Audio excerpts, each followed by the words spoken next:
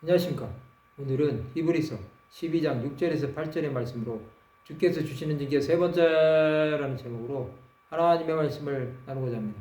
본 말씀은 주께서 그 사랑하시는 자를 징계하시고 그가 받아들이시는 아들마다 채찍질하심이라 하였으니 너희가 참으면 징계를 받기 위함이라.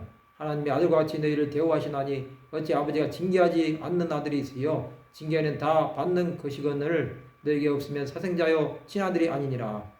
주께서는 사랑하시는 자를 징계하십니다. 그것은 징계를 하지 않으면 버림을 받은 사람이라는 뜻입니다. 또 그가 받아들이시는 아들마다 채찍질하십니다. 우리가 참는 것은 징계를 받기 위함입니다. 그 징계는 하나님의 사랑입니다. 하나님의 사랑을 받아들이는 사람은 어떠한 상황에서도 살아납니다. 하나님의 징계를 받는 사람은 아들과 같이 대우해 주십니다. 아들은 아버지에게 징계를 받을 수 있습니다. 그것은 아들을 사랑하는 아버지의 방법입니다. 아버지가 아들을 징계하지 않는다면 그것은 아들을 사랑하지 않는 것입니다. 이것은 택함받은 사람이라는 뜻입니다. 하나님은 택한 사람은 고난과 박해를 통해서도 구원하십니다. 그러나 버림받은 사람은 사탄에게 내어준 바 되는 것입니다. 그것은 하나님과 상관이 없는 사람이기 때문입니다. 징계는 다 받는 것입니다. 징계가 없으면 아버지가 아들을 사랑하는지 알 방법이 없습니다. 이것이 없으면 사생자요 친아들이 아닙니다. 누가복음 15장에 나오는 돌아온 탕자는 이방 땅에서 허랑방탕함으로 아버지를 떠났습니다. 그는 아버지가 없는 삶을 살았습니다. 그러나 재산을 다 허비한 후에 아버지 품으로 돌아갔습니다. 그는 징계를 받았지만 아버지께 돌아가면 받아주신다는 믿음이 있었습니다.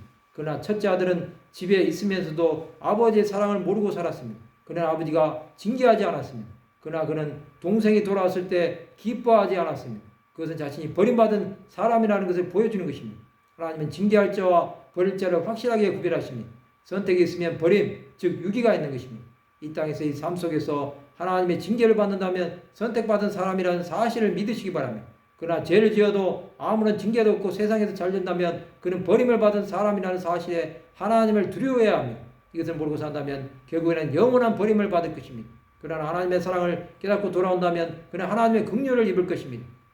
예수께서는 사람에게 버림을 받을 것 같은 사람에게도 자비를 베풀어 주셨습니다. 우리는 하나님의 징계하심을 받아들여야 합니다. 그것은 우리를 사랑하시는 증거입니다. 그 증거가 있는 사람은 어떤 상황이 와도 넘어지지 않냐고 다시 일어날 것입니다. 징계를 좋아하는 사람은 없지만 징계에서 자유할 사람도 없습니다. 우리 안에 하나님의 징계가 있는지 없는지 살펴보는 시간을 가지시기 바랍니다. 말씀을 마치고자 합니다. 하나님의 아들이라는 확신을 가지고 그분의 징계하심이 사랑의 증거임을 믿는 하나님의 백성들이 되시기를 주님의 이름으로 축원합니다.